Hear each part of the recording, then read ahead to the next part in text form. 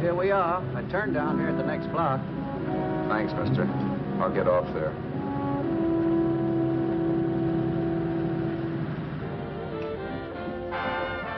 Want anything else? No. Hey, you. Me? Yeah, you. Where you heading? East. Too bad. I thought if you was heading north, I might be able to help you out. I'm pushing the Salt Lake, and I don't like to ride alone at night. I'm one of those guys that got to talk or I fall asleep. Oh. Sure, now my partner, he's got Lou to keep him company, but I ain't got nobody at all. Where you coming from? West. Yeah, sure, I know, but where, L.A.? Maybe. Got a cousin out in L.A. You don't say. Yeah, he's been out. You're not much of a talker, are you? My mother taught me never to speak to strangers. Oh, a wise guy. So what? Okay, don't get sore. Just trying to be sociable, that's all. Hey, Glamorous. You change for a dime, will you?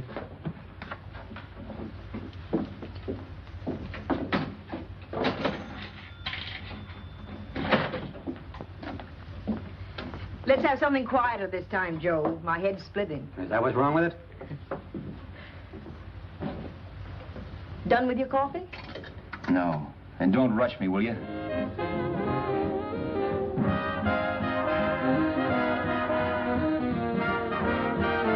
Hey, turn that off. Will you turn that thing off? What's eating you now? Yeah, what's eating you? That music, it stinks. Oh, you don't like it, huh? No, turn it off. Oh, wait a minute, pal. That was my nickel, see? This is a free country. And I play whatever I want to. Sure, and if you don't like it, you don't have to listen to it. And you can leave here anytime you want to. Okay, I'm sorry I asked. First good piece played tonight and you don't like it. Some people just ain't got any good taste.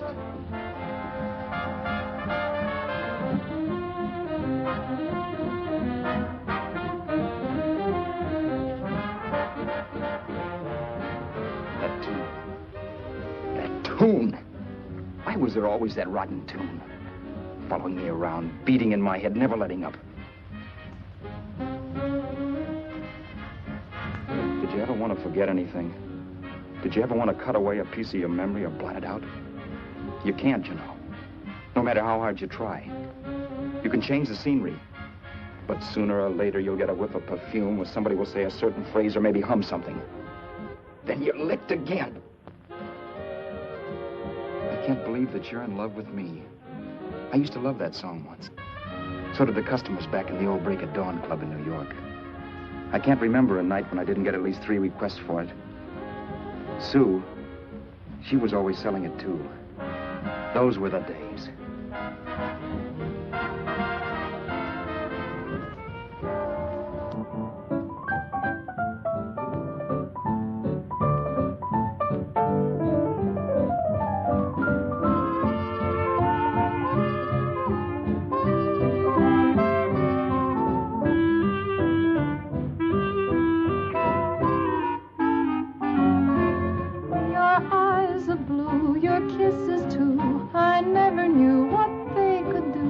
I can't believe that you're in love with me.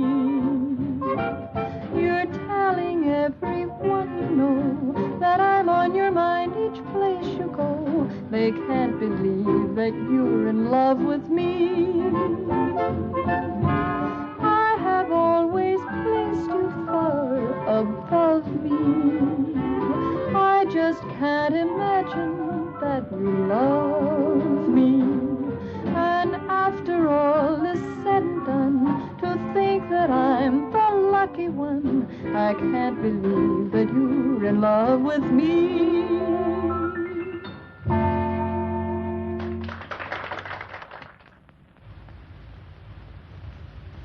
It wasn't much of a club, really. You know the kind. A joint where you could have a sandwich and a few drinks and run interference for your girl on the dance floor. I pounded the piano in there every night from 8 until the place closed up, which usually meant 4 in the morning. A good job as jobs went in those days. Then, too, there was Sue, who made working there a little like working in heaven. But how we felt about each other, well, there was nothing very unusual in that.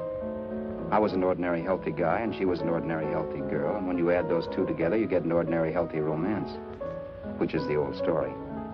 Sure. But somehow, the most wonderful thing in the world.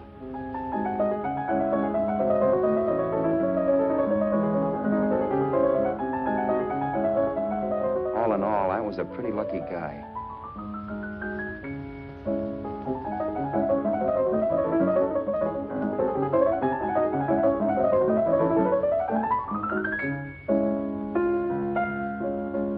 Mr. Paderewski, I presume. It's beautiful. You're going to make Carnegie Hall yet, Al? Yeah, as a janitor. I'll make my debut in the basement. I don't blame you for being bitter, darling, but you mustn't give up hope. Why, someday... Yeah, someday. If I don't get arthritis first. In the meantime, let's blow this trap.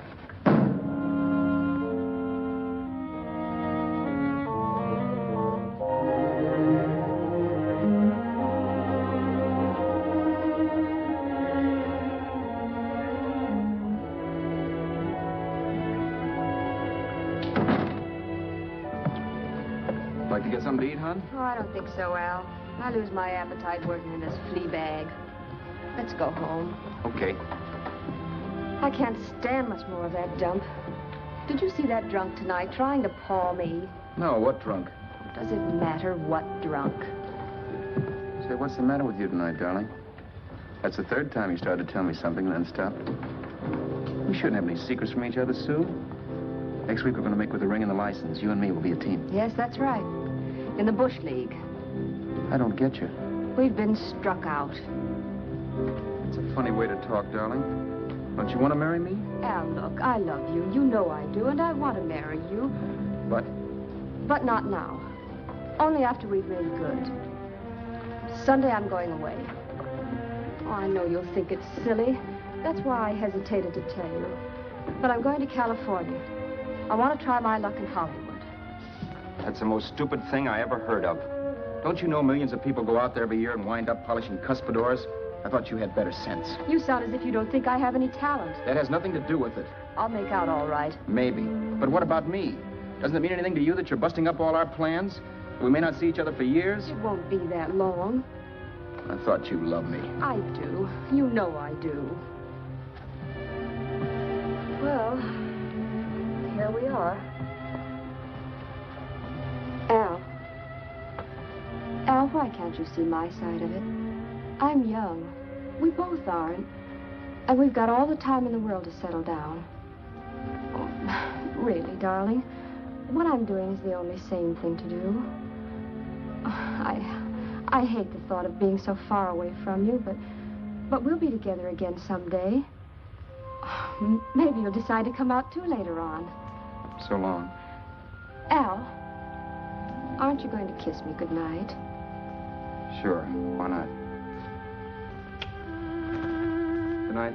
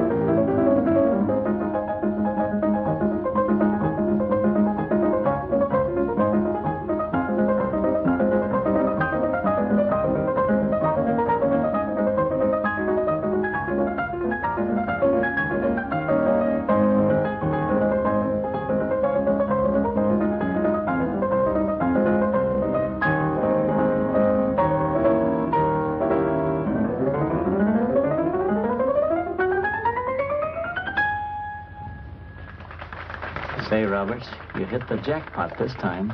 $10. Thanks.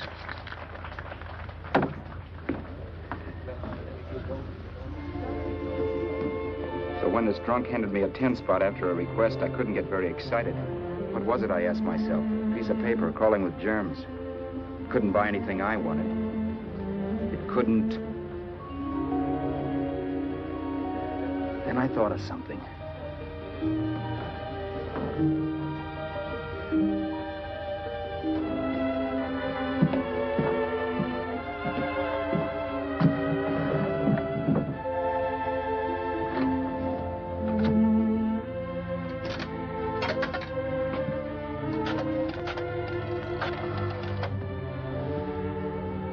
Long distance. I'd like to put a call through to Los Angeles. Miss Harvey. Sue Harvey, Harvey. The number is Crestview 65723.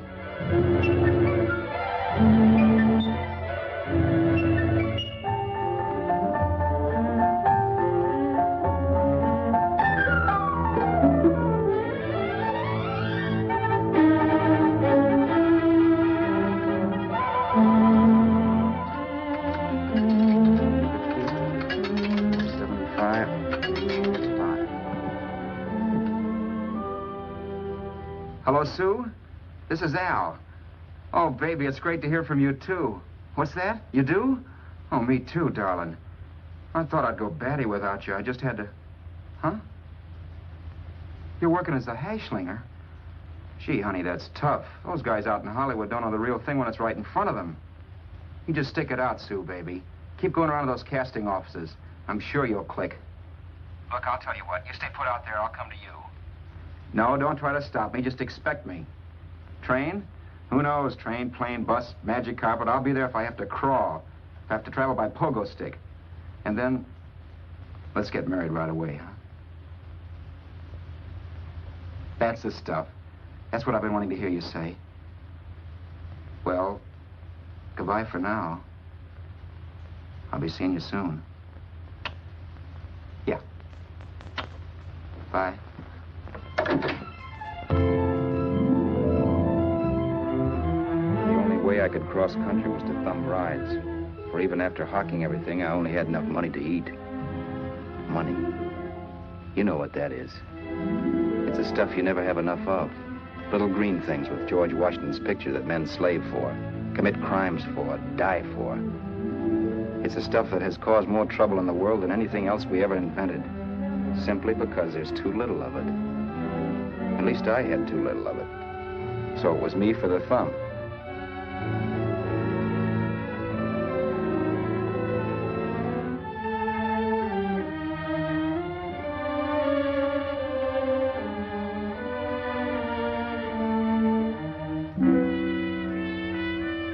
Ever done any hitchhiking? It's not much fun, believe me. Oh, yeah, I know all about how it's an education, how you get to meet a lot of people and all that. But me, from now on, I'll take my education in college, or in PS 62, or I'll send $1.98 in stamps for 10 easy lessons.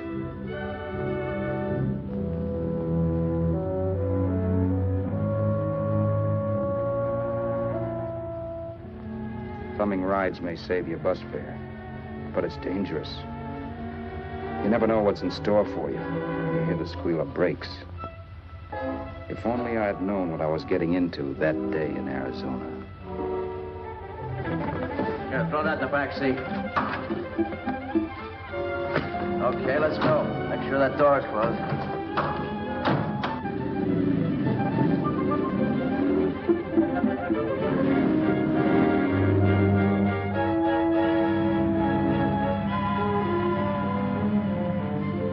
You know, Emily Post ought to write a book of rules for guys thumbing rides.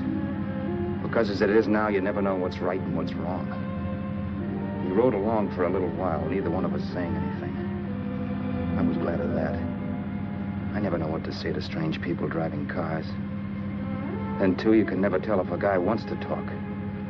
A lot of rides have been cut short because of a big mouth.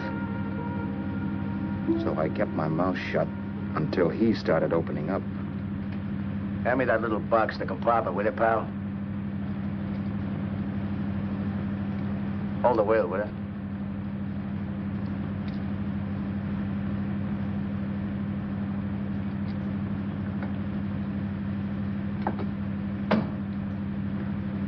How far are you going? L.A. Wow, you're really traveling, aren't you? Yeah, but I don't expect to make it for a couple of years at the rate I've been promoting rides. Not much luck, huh? Sure, all bad. Not many people stop for a guy these days. Afraid of a stick-up, maybe. They can't blame him. Where you coming from? New York? Well, New York. You're in luck this time. I'm going all the way. Right through to Los Angeles. You drive a car? Sure. Whenever you're tired, let me know. I'll holler. I guess at least an hour passed before I noticed those deep scratches in his right hand. They were wicked. 3 puffy red lines about a quarter of an inch apart. He must have seen me looking at them because he said, Beauties, aren't they? They're gonna be scars someday. What an animal. Whatever it was, it must have been pretty big and vicious to have done that. Right on both counts, New York. I was tussling with the most dangerous animal in the world. A woman. She must have been Tarzan's mate. Looks like you lost the bout. Certainly wasn't a draw. You know, there ought to be a law against dames with claws. Yeah. I tossed her out of the car in her ear. Was I wrong? Give a lift to a tomato, you expect her to be nice, don't you? Yeah. After all, what kind of dame son rides? Sunday school teachers? Yeah. A little witch. She must have thought she was riding with some fall guy. And me, who's been booking horses around racetracks since I was 20. I've known a million dames like her. 2 million. Yeah. Stopped the car, opened the door. Take it on the Arthur Duffy sister, I told her. That's the stuff. As I was done, huh? But if you want to see a real scar, brother, get a load of this. Wow. I got that one dueling. Dueling? Yeah, we're just kidding, of course. My dad owned a couple of Franco-Prussian sabers. Kept them on the wall for decorations. Well, one day, the kid and I took them down when the old man wasn't around. Had a duel. He got me in the arm here. Pretty mean cut. Infection set in later. Yeah, I can see that. Now, give me that box again, will you? Yeah.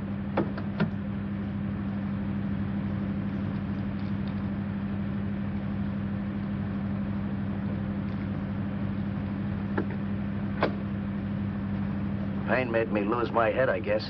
I began slashing. Before I knew it, I'd put the other kid's eye out. That was tough.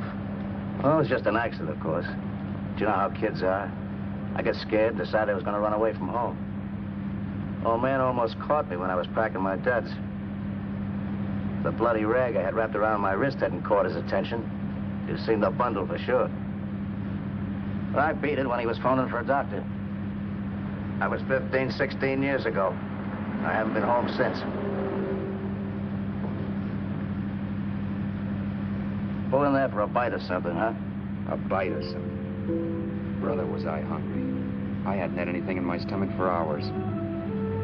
Yet even with that gnawing in the pit of my belly, I didn't want to be in too big a rush to put on the feed bag. First, I had to make sure this guy knew the score. If I got him down on me, goodbye ticket to Hollywood. I'll wait out here for you, mister. If it's the money, don't worry about paying for it. This time it's on me.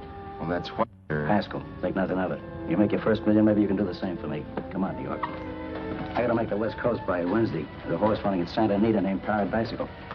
Means to order me if I'm on him. We'll make it all right. He did most of the talking during the half hour we were in the place. I ate.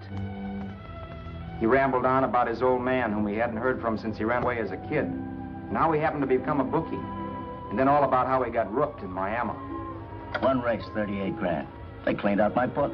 How do you like that? That was tough luck. Yeah, and I'm supposed to be the smart guy. Well, you just wait. I'm going back to Florida next season with all kinds of jack. And you watch those stinkers run for cover. Want anything else? No, thanks. I've had plenty.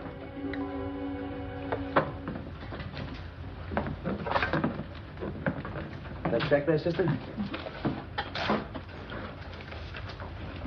Oh, just a minute. Your change, sir. Keep it, sister. Oh, thank you, sir. Call again. I'll be waiting outside for you when you finish work. Sharp check, huh?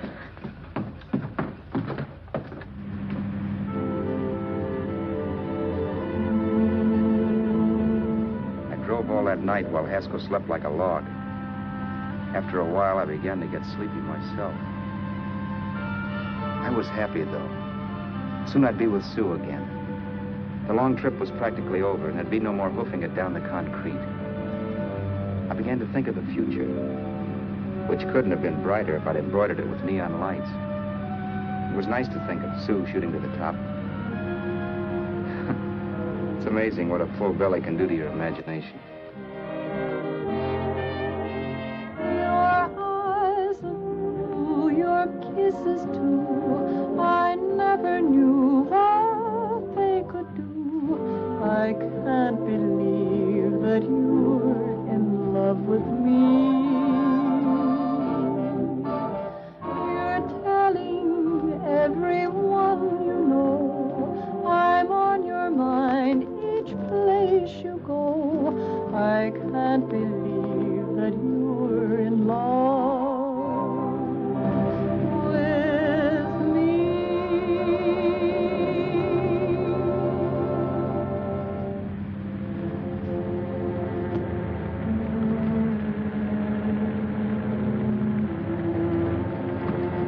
Mr. Haskell? Mr. Haskell? Mr. Haskell, wake up. It's raining. Don't you think we ought to stop and put up the top?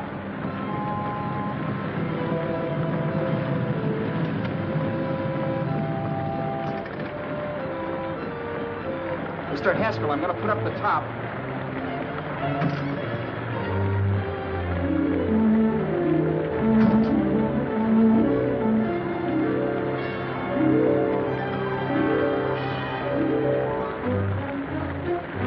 Until then, I'd done things my way. But from then on, something else stepped in and shunted me off to a different destination than the one I had picked for myself. But when I pulled open that door... Mr. Haskell, what's the matter? Are you hurt? Are you hurt, Mr. Haskell? Start your sermon. I'll listen to it. But I know what you're going to hand me even before you open your mouths. You're going to tell me you don't believe my story of how Haskell died and give me that don't make me laugh expression on your smug faces. I saw at once he was dead, and I was in for it. Who would believe he fell out of the car? Why, if Haskell came too, which of course he couldn't, even he would swear I conked him over the head for his dough. Yes, I was in for it. Instinct told me to run, but then I realized it was hopeless. There were lots of people back down the road who could identify me. That gas station guy and the waitress. I would be in a worse spot then, trying to explain why I beat it. The next possibility was to sit tight and tell the truth when the cops came. But that would be crazy. They'd laugh at the truth. And I'd have my head in the noose. So what else was there to do but hide the body and get away in the car? I couldn't leave the car there with him in the gully. That would be like erecting a tombstone.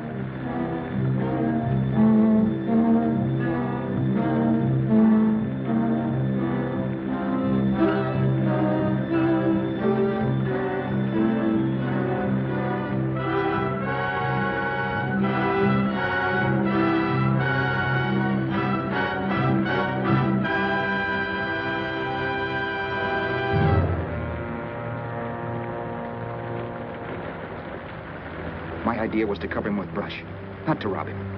But then I remembered that even if I only drove the car for 100 miles or so, I would need money for gas. Besides, it was stupid of me to leave all that money on a dead man. Not only that, I'd have to take his driver's license in case I was stopped for something. I didn't like to think about it, but by that time I'd done just what the police would say I did, even if I didn't. My clothes. The owner of such an expensive car would never be wearing them. Some cop might pull me in on suspicion.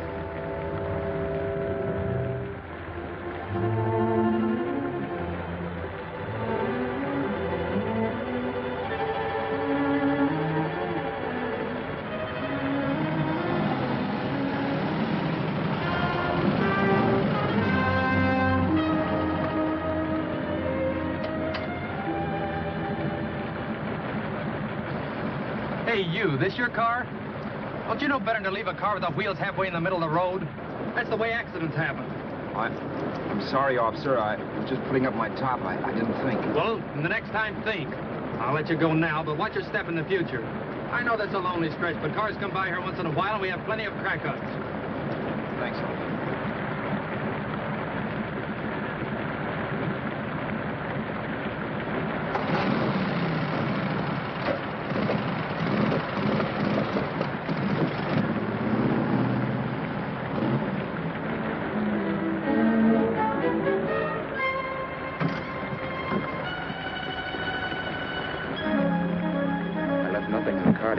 as Roberts. If they found a dead man in the gully now, it would be me.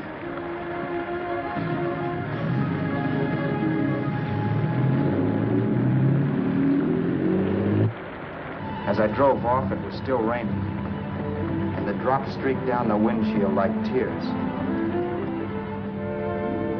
I kept imagining I was being followed and that I could hear sirens back in the distance. Just how long it took me to cover the 60-odd miles to the California state line, I don't know.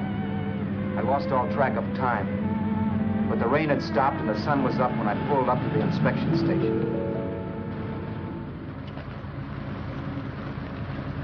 Hello? Carrying any fruits or vegetables? No. Any livestock or poultry? No. I'd like to see your registration and driver's license, please. Anything in the baggage compartment? Just baggage. Charles Haskell, Jr., age 30, brown eyes, dark hair. Identifying marks, none. Are you Charles Haskell, Jr.? Yes. Well, remember, if you're employed and you stay over 30 days, you take out California plates. All right, officer, but I'll only be in the state a short while. Right, you can go now.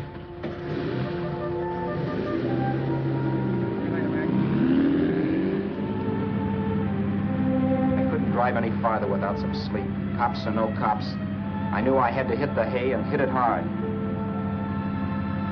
I was dead tired.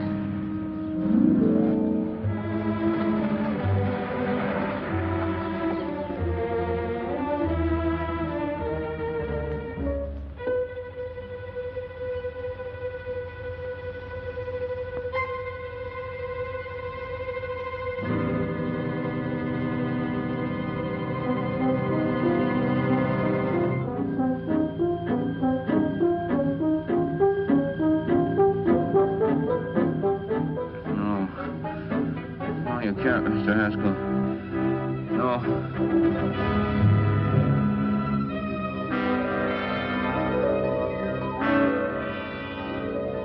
Mr. Haskell, you can't die. I think I did it. No, Mr. Haskell.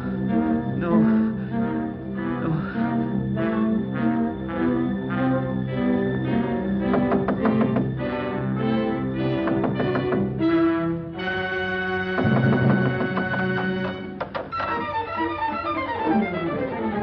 Who's there? It's the maid. Can I come in and clean? Later. In a half hour. All right, sir.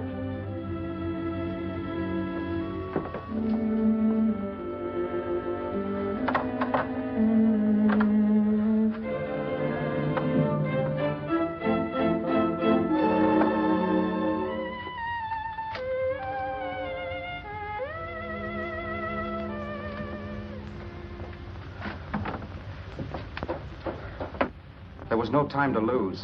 Every minute I had to be Charles Haskell was dangerous. And I'd have to be Charles Haskell until I got to some city where I could leave the car and be swallowed up.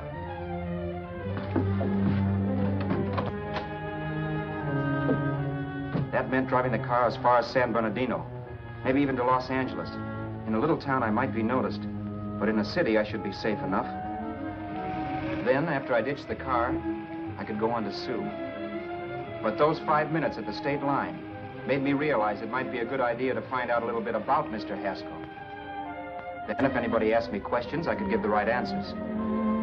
The first thing I found out was that I had $768. This was a lot of jack, but believe me, it was the kind of money I'd rather not have.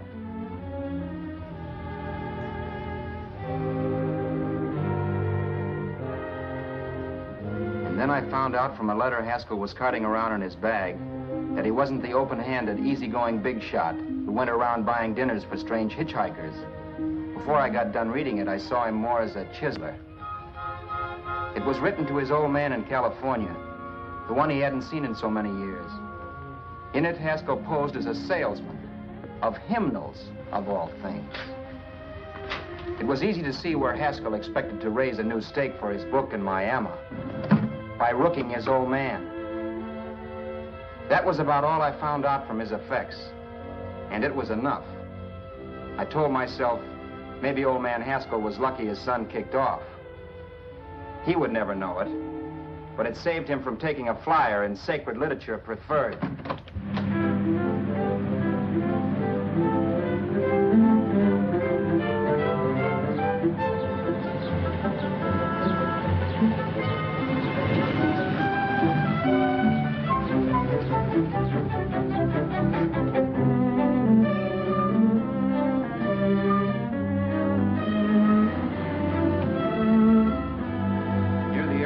Desert Center, I pulled up for water. There was a woman. Hey, you! Come on if you want to ride.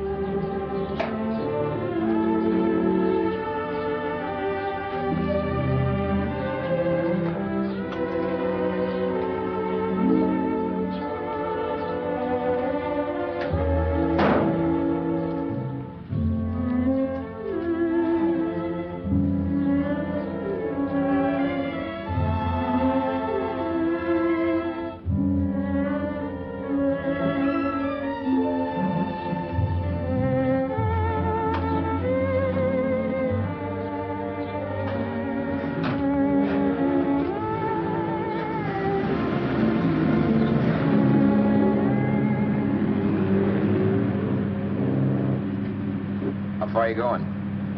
How far are you going? That took me by surprise, and I turned my head to look her over. She was facing straight ahead, so I couldn't see her eyes. But she was young, not more than 24. Man, she looked as if she'd just been thrown off the crummiest freight train in the world. Yet, in spite of this, I got the impression of beauty. Not the beauty of a movie actress, mind you, or the beauty you dream about when you're with your wife, but a natural beauty. A beauty that's almost homely because it's so real. Then suddenly she turned to face me. How far did you say you were going? Los Angeles. L.A.? L.A.'s good enough for me, mister. That's what I was afraid of. What'd you say? Oh, nothing, just thinking out loud. People get in trouble for doing that. What's your name? You can call me Vera if you like. You live in Los Angeles? No. Where are you coming from? Oh, back there. Needles? No. Oh, sure, Phoenix. You look just like a Phoenix girl. Are the girls in Phoenix that bad? The girl must have been pretty tired because she fell asleep not 20 minutes after she stepped into the car. She lay sprawled out with her head resting against the far door, like Haskell. I didn't like that part of it much, but I didn't wake her up. It wasn't that this girl still worried me. I'd gotten over that funny feeling I had when she looked at me, which I put down as just my jangled nerves. With her eyes closed and the tenseness gone out of her, she seemed harmless enough. And instead of disliking her, I began to feel sorry for her. The poor kid probably had had a rough time of it. Who was she, anyway? And why was she going to Los Angeles? And where'd she come from in the first place? The only thing I knew about her was her name. Not that it made any difference. A few hours more and we'd be in Hollywood. I'd forget where I parked the car and look up Sue. This nightmare of being a dead man would be over. Who this dame was, well, it was no business of mine. Where did you leave his body? Where did you leave the owner of this car? You're not fooling anyone. This buggy belongs to a guy named Haskell. That's not you, mister. You're out of your mind. That's my name, Charles Haskell. I can prove it. It's my driver's Save license. yourself the trouble, mister. Having Haskell's wallet only makes it worse. It just so happens I rode with Charlie Haskell, all the way from Louisiana. He picked me up outside of Shreveport. You rode? You heard me. Then it all came back to me. All the talk about dueling and scars and scratches. There was no doubt about it. Vera must be the woman Haskell had mentioned. She must have passed me while I slept. Well, I'm waiting. My goose was cooked. She had me. That Haskell guy wasn't dead yet. He wasn't stretched out stiff and cold in any Arizona gully. He was sitting right there in the car, laughing like mad while he haunted me. Well? There was nothing I could say. It was her move. Vera, whatever her name was just my luck picking her up on the road. It couldn't have been Helen, or Mary, or Evelyn, or Ruth. It had to be the very last person I should ever have met. That's life. Whichever way you turn, fate sticks out a foot to trip you.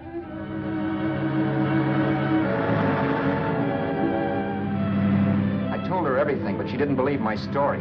I should have saved my breath. That's the greatest cock and bull story I ever heard. So he fell out of his car. Say, who do you think you're talking to, a hick? Listen, mister, I've been around, and I know a wrong guy when I see one. What'd you do, kiss him with a wrench? Now, wait a minute. What I told you was true. You see, that's why I had to do it. You think I killed him. Well, the cops would have thought so, too. Yeah, well, maybe they still think so. What makes you so sure I'll shut up about this? Sure, I'm innocent. Give me a break, will you? It won't do me any good having you pinched. The cops are no friends of mine. Now, if there was a reward, but there isn't.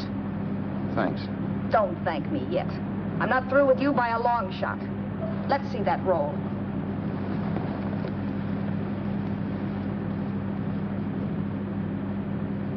Is that all Haskell had? Isn't it enough? No, I thought he had more. Not that I know of. You can search me. You think I'm holding out on you? Well, maybe I will at that. He told me he was going to bet $3,000 on a horse named Paradisical on Wednesday at Santa Anita. He was stringing you along. He meant 300. Maybe. Sure, $3, 300. He was a piece of cheese, a big blowhard. Listen, mister, don't try and tell me anything about Charlie Haskell. Remember, I knew him better than you did. Okay, then you knew he was a four-flusher. That explains the $3,000 bet. I'm not so sure he didn't have that $3,000. Why should I believe you? You got all the earmarks of a cheap crook. Now, wait a minute. Shut up. You're a cheap crook and you killed him. For 2 cents, I'd change my mind and turn you in. I don't like you. All right. Don't get sore. I'm not getting sore. But just remember who's boss around here. If you shut up and don't give me any arguments, you'll have nothing to worry about. But if you act wise, well, mister, you'll pop into jail so fast it'll give you the bends. I'm not arguing. Well, see that you don't. You know, as crooked as you look, I'd hate to see a fella as young as you wind up sniffing that perfume that Arizona hands out free to murderers. I'm not a murderer. Of course you're not. Haskell knocked his own head off. He fell, that's how it happened, just like I told you. Sure, and then he made you a present of his belongings. I explained why I had to do that. Doesn't make a difference one way or another. I'm not a mourner. I liked Haskell even less than I liked you. Yeah, I saw what you did to him. What do you mean? Those scratches on his wrist. Sure, I scratched him. I'll say you did. So your idea was to drive the car a little way, maybe into San Bernardino, and then leave it. You weren't going to sell it? Sell it? You think I'm crazy? Somebody else's car? See, all I want to do is leave it somewhere and forget I ever saw it. Not only don't you have any scruples, you don't have any brains. I don't get you. Maybe it's a good thing you met me. You'd have got yourself caught, sure. Why, you dope. Don't you know a deserted automobile always rates an investigation? Huh? Look, the cops find a car. Then they get curious. They wonder where the owner is. So, all right, they don't trace Haskell. They trace you. I never thought of that. The only safe way to get rid of the car is to sell it to a dealer. Get it registered under a new name. Say, stop at the next store. I want to get a bottle and do some shopping before we hit L.A. Okay. As soon as we find a place, I'll drop you off and pick you up later. Nothing doing. You're coming in, too. From now on, you and I are like the Siamese twins. Have it your way, but I don't get the point. The point is, I don't want you to get lost. I'm not going to beat it if that's what you're afraid of. I'll say you're not. Well, I'm going to see that you sell this car so you don't get caught. Thanks. Of course, your interest wouldn't be financial, would it? You would want a small percentage of the profits. Well, now that you insist, how can I refuse? 100% will do. Fine. I'm relieved. I thought for a moment you were going to take it all. I don't want to be a hog. A few hours later, we were in Hollywood. I was recognizing places Sue had written about. It struck me that far from being at the end of the trip, there was a greater distance between Sue and me than when I started out. Vera wasn't kidding with that Siamese twins crack. She rented a little apartment as Mrs. Charles Haskell. When I objected to this, she explained that it was on account of the car. A dealer might think something was funny if he called and found we were using different names.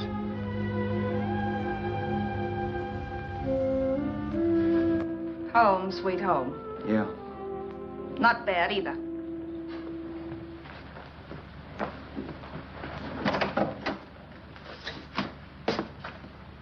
In case there's any doubt in your mind, I'll take the bedroom. Yeah. Sure is stuffy in here.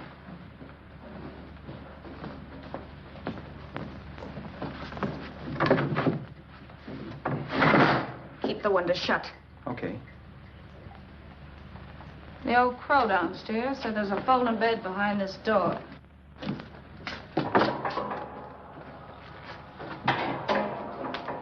You know how to work it? I invented it. Some joint. One can't have everything.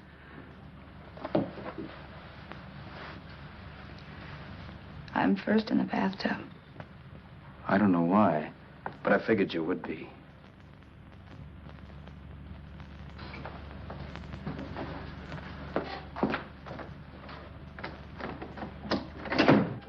Boy, oh boy. It sure feels good to be clean again. I must be 10 pounds lighter. You must be. Well, hitching rides isn't exactly the way you keep your schoolgirl complexion. I wish that guy with the sax would give up. Gets on my nerves. Forget it. Have a drink. Aren't you afraid I might take you up on it? If I didn't want to give you a drink, I wouldn't have offered it. Why be sorry, Ed Roberts? You got yourself into this thing. You should be grateful I'm not turning you in. Why, if I wasn't regular, you'd be in the pen this minute, being photographed, fingerprinted, and being pushed around by the cops. So cheer up. Get rid of that long puss. Or is your conscience bothering you?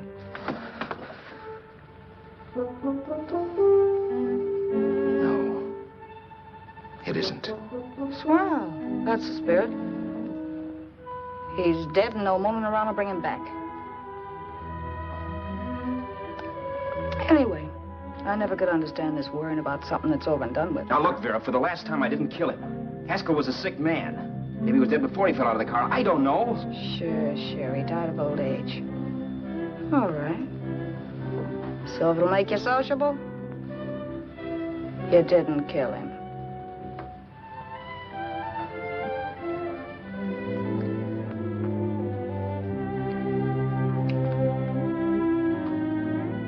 Thanks.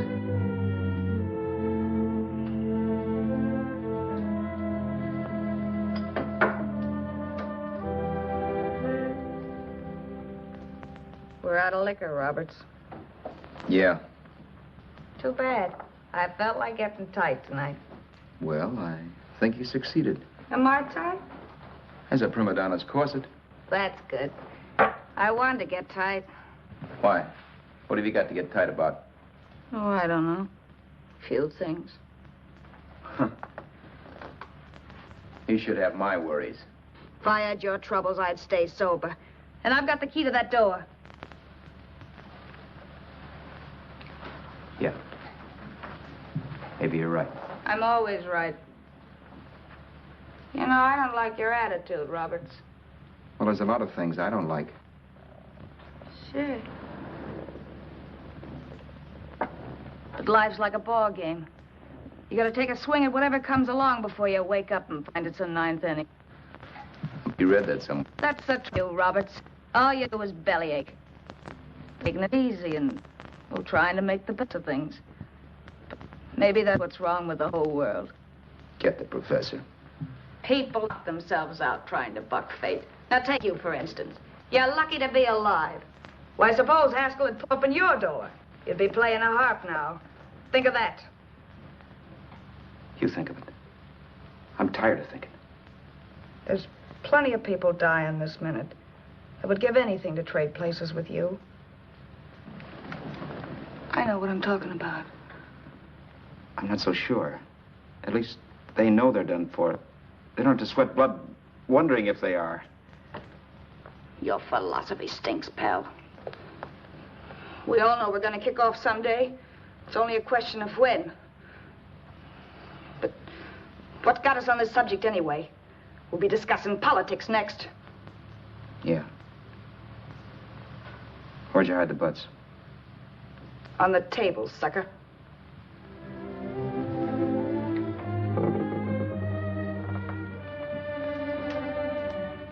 We bored each other with conversation for a couple of hours longer. Every 5 minutes, one of us was wishing we had another bottle or a radio or something to read. Then finally, we ran out of chatter.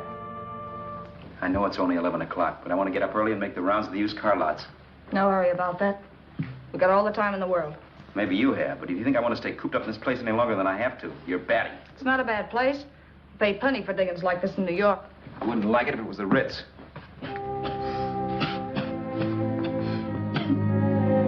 rotten liquor. You got a mean cough. Ought to do something about it. I'll be all right. That's what Camille said. Who? Nobody you know. Wasn't that the dame that died of consumption? Yeah.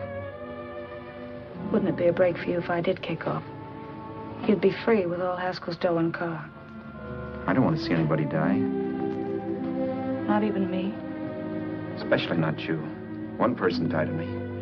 If you did, well, that's all I need. You don't like me, do you, Roberts? Like you. I love you. My favorite sport is being kept prisoner. After we sell the car, you can go to blazes for all I care. But not until then.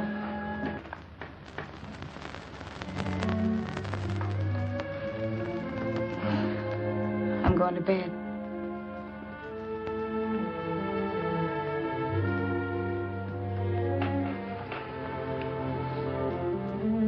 Good night, Roberts. Don't try and sneak away during the night. All the doors are locked. Anyway, if I find you gone in the morning, I'll notify the police. They'll pick you up. Don't worry, I know when I'm in a spot. Well, good night. I hope that portable rack isn't too uncomfortable for you. Don't lose any sleep over it, will you, Vera?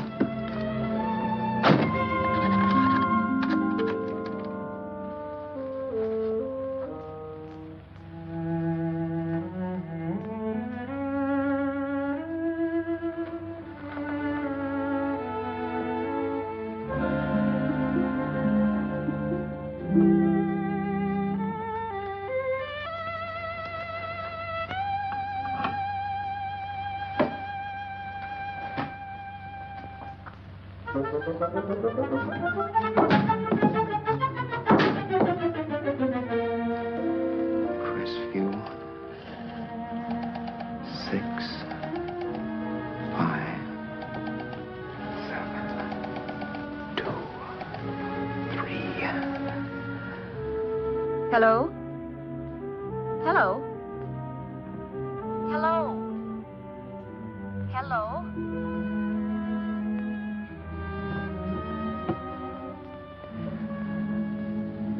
No. Not yet, darling. Tomorrow. Maybe. If this were fiction, I would fall in love with Vera, marry her, and make a respectable woman of her. Or else she'd make some supreme Class A sacrifice for me and die. Sue and I would bawl a little over her grave and make some crack about there's good in all of us. But Vera, unfortunately, was just as rotten in the morning as she'd been the night before. All right, I'm coming. Look, Vera, it's almost noon. So what? The dealers will be there all day? They'll be there all year, too, but it doesn't wait that long. Shut up. You make us like a husband. Well, do I rate a whistle? You sure do, but let's go. Let's go, let's go. I spent $85 and 2 hours preparing bait, and all you can say is let's go. Come on.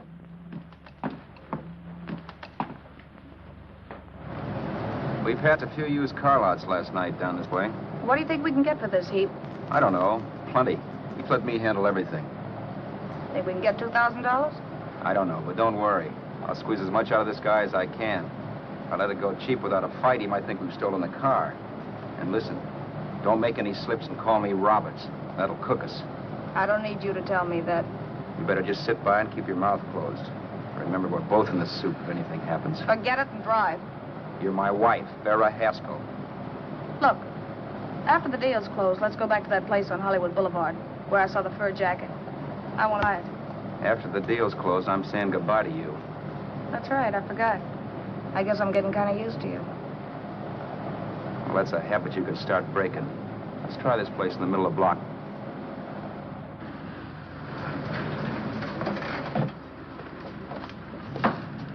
Good afternoon. What can I do for you? We're interested in selling a car. If the price is right. Well, if it's in good mechanical condition, it should blue book for about $1,600. Tony, take a look at this motor. $1,600. Are you kidding?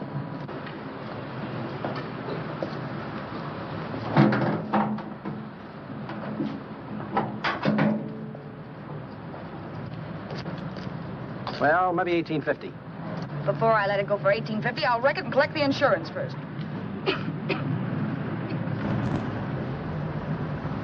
Lady, this motor's seen a lot of driving.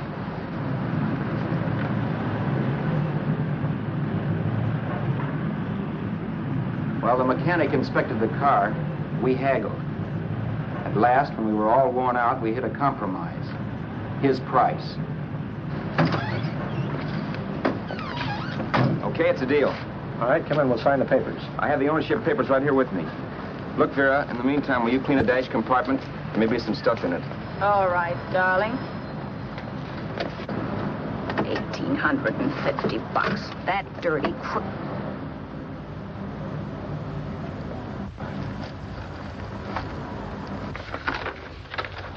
New York, huh? Yeah. But you bought the car in Miami. Yeah. Well, let's see about the insurance. We can either have it transferred or canceled. What kind of insurance do you have, Mr. Haskell? Well, aren't all the papers there?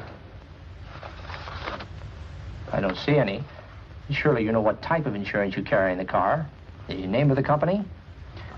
Yeah, but, Well, if you'll just tell me the name of the company, I'd be very glad to take care of all the details. well, Did you sign the papers yet? not yet. Well, don't. We're not selling the car. Well, wait a minute, Mrs. Haskell. Come on, darling. What's the matter? You changed your mind? Yes, I'm sorry. I guess I have. But, Vera... Let's go.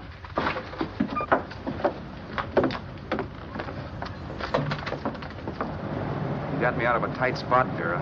But I still don't understand all this. You will in a minute. I almost threw away a gold mine. 1850 isn't to be sneezed at. The car doesn't book for as much as I thought. We're not selling the car. You want to keep it. Now, wait a minute, Vera. You said yourself I wouldn't be safe until the car was in someone else's name. I'd like to be free of this mess when I go. That's just it, Roberts. You're not going. There's a drive-in at the next corner. Pull in there and we'll get a bite to eat. And I'll explain. What is this, another one of your brilliant ideas?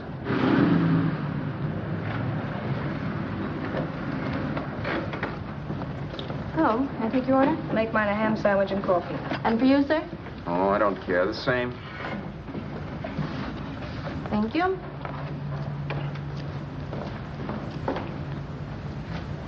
Get this, Vera. I've been pretty patient so far. I've done everything you asked me to do, but no more. Shut up. You've taken Haskell's money. You can have the dough we get from selling the car, but you're not going to keep me a prisoner. It's a good thing I bought the paper. Take a look at that. Vera, I'm in no mood. Read that.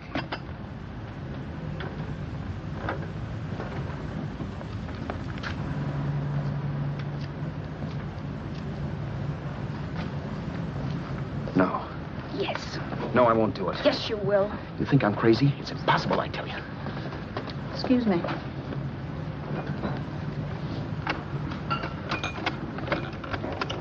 Blow the horn when you're through. No one could possibly get away with an act like that. It'd be wise to me in a minute. Don't be yellow. You look enough like him. The same coloring and the same build. See how his clothes fit you? No kidding, you almost had me fooled for a while. Oh, grow up, Vera. Don't you think a father knows his own son? And there must be other relatives. The father won't have to know you. We'll wait till he gives up the ghost. He's an old geezer and he won't pull through. And as far as other relatives are concerned, they haven't seen you in 15 or 20 years. Eat. I'm not hungry. And I won't do it. It's not as tough as it sounds. Remember, you've got all kinds of identification. His car, letters, license. I could never get away with it. It's the stupidest thing I've ever heard. The old boy has scads of dough. Look in the paper there. Personal fortune assessed at over $15 million. He'll leave plenty, I tell you. Maybe he cut off his son. How do we know? It's out, Vera. I won't have anything to do with it. I think you will. Look, Vera, I'll do anything within reason. But not that. So forget it. Find yourself another stooge. You sap. You'll be fixed for the rest of your life as Charlie Haskell. You can take your inheritance and go away. No more worrying about the rent, no sweating, scheming, wondering where your next meal's coming from. Think about that, Roberts. Vera, please, you're talking too loud. On this, I'm splitting 50-50 with you. Sure, why not? We're both alike, both born in the same gutter. Now, take it easy, Vera. There's people around here. You don't know what you're talking about. We'll wait till we read that old man Haskell's dead. Then you show up. Like you read in New York that he was sick. No. Suppose he doesn't die. He will. I know he will. Something tells me. But as much as I insisted I would have no part of her scheme, Vera was taking it for granted I would. Neither of us had our mind on the cards as we played that night. I knew we were just trying to kill time between newspaper editions. This was a death watch for Vera. Maybe it was for me, too. Don't you realize if I'm caught, they'll want to know where I got the car and stuff, and they'll have me on a murder charge. If you're smart, you won't get caught. I knock for 7. And if I'm caught, don't you realize you'll be out, too? 18 points, that gives me 30. How will I be out? You'll be out $1,850 we would have gotten on the car. Really, Vera, you'd be an awful chump if you threw away all that dough on a dizzy long shot. Let me sell the bus tomorrow. With the money it'll bring and what you've already got, a clever kid like you can run it up in no time. Then we'd both be in the clear. I'll be in the clear anyway. Maybe. Maybe. But if I got caught, I'd get good and sore at you, you know. You mean you'd squeal? Oh, no, not squeal exactly. Never mind what you meant. Even if you did tell the cops I was in on it with you, what could they do to me? They might give me the same medicine they gave you. Yeah. A rope. But I'm on my way now. All I'll be doing will be rushing it. All right. But think of the $1,850 you'd lose. You'd kick yourself along the block if it let it get away from you. I'll take the chance. Want another drink? You're being a goon. That's the way people wind up behind the 8 ball. Once they get a few dollars, they become greedy and want more. My. Caesar. Who? You know that Roman general? He got his for being greedy. He wasn't satisfied, so the final wind-up was he took the count. A couple of days ago, you didn't have a dime. Why, you were so broke you couldn't pay cash for a postage stamp. Now you've got almost $700 with $1,850 in the offing. Take my advice. Don't try for more. I'm tired of this game. Let's have some blackjack. Play solitaire. Okay, I will if that's the way you feel about it. That's the way I feel about it. Getting sore and throwing things won't help much, Roberts. I'm really doing you a favor. I help you out of a jam by keeping my mouth shut. I show you how to make some soft money. And what thanks do I get? Thanks. Sure. Or would you rather call the cops and tell them you killed the man and stole his money? I didn't kill anybody. Yes, you did. No, I didn't. You know I didn't. All right, then. Suppose I call the cops. If you're innocent, what do you got to be scared of? Okay. Call them, you mutt. Go ahead and call them, see if I care. At least they'll give me a square deal. You want me to call them? You heard me. But I'm warning you. If I'm pinched, I'll swear you were in on it. I'll say that you helped me. If I fry, I'll get even with you. You wouldn't dare. You're chicken. Yeah? Then try it and see. Call them. Yeah. Okay, I will.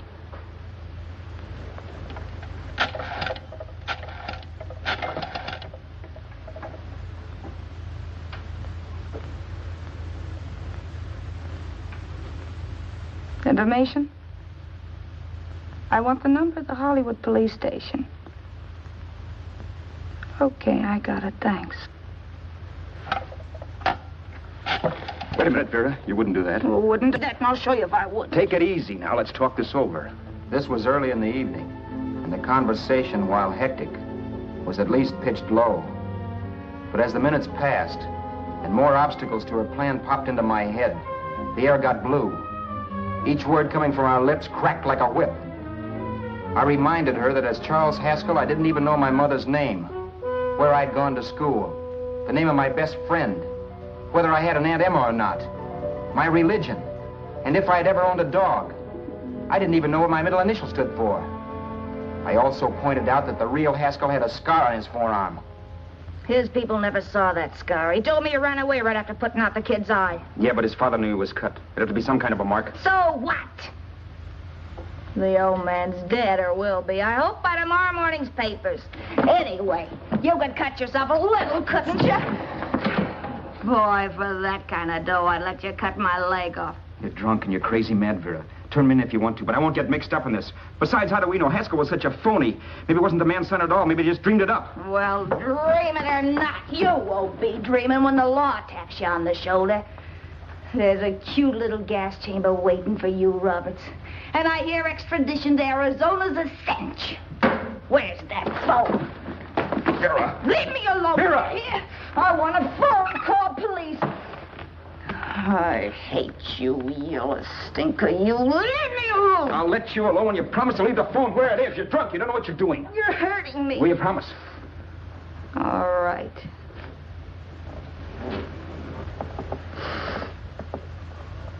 You hurt me. I'm sorry, but... And it's hot in here. Open up a window. It's not hot. Don't tell me. Now, do you do it or do I do it? You're no gentleman, see? Yeah. All right. I'll open up the window.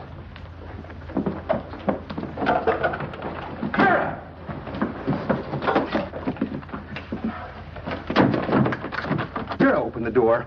Please open the door. Vera, open the door. Don't use the phone. Listen to me. I don't like you, Roberts. You're no gentleman, see? You hurt my hand, and I'm going to get even with you.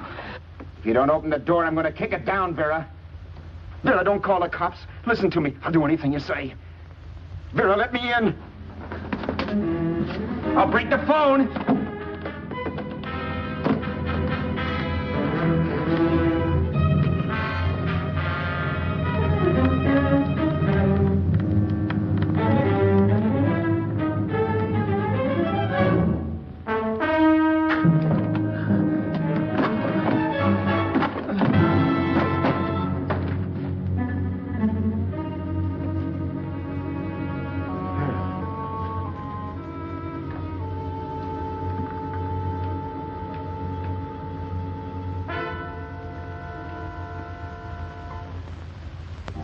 The world is full of skeptics.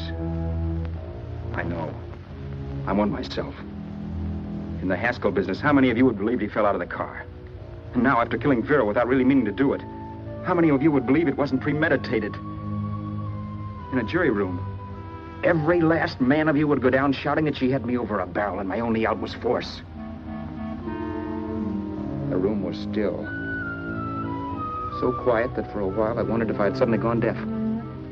It was pure fear, of course. And I was hysterical, but without making a sound. Vera was dead, and I was her murderer. Murderer? What an awful word that is. But I'd become one. I'd better not get caught. What evidence there was around the place had to be destroyed. And from the looks of things, there was plenty. Looking around the room at things we'd bought was like looking into the faces of 100 people who had seen us together and who remembered me. This was the kind of testimony I couldn't rub out. No. I could burn clothes and hide bottles for the next 5 years.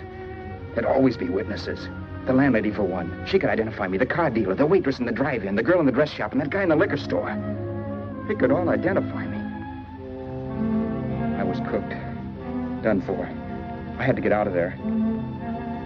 While once I'd remained beside a dead body, planning carefully how to avoid being accused of killing him, this time I couldn't. This time I was guilty. I knew it. Felt it. I was like a guy suffering from shock. Things were whirling around in my head. I couldn't make myself think right. All I could think of was the guy with the saxophone and what he was playing. It wasn't a love song anymore. It was a dirge.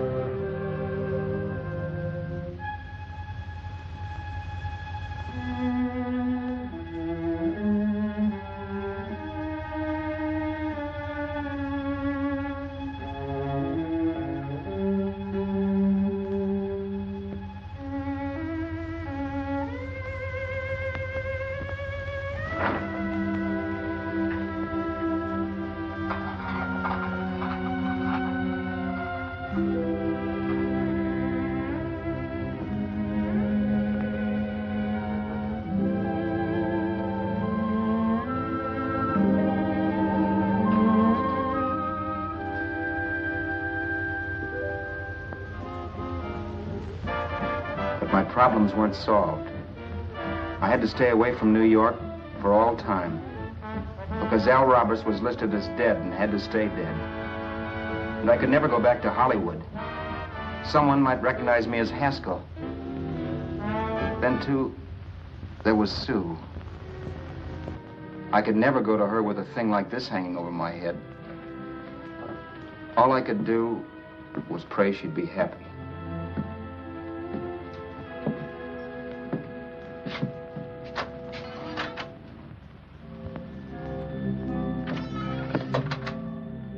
I was in Bakersfield before I read that Vera's body was discovered, and that the police were looking for Haskell in connection with his wife's murder. Isn't that a laugh? Haskell got me into this mess, and Haskell was getting me out of it. The police were searching for a dead man. I keep trying to forget what happened, and wonder what my life might have been if that car of Haskell's hadn't stopped. But one thing I don't have to wonder about. I know. Someday a car will stop to pick me up that I never thumbed.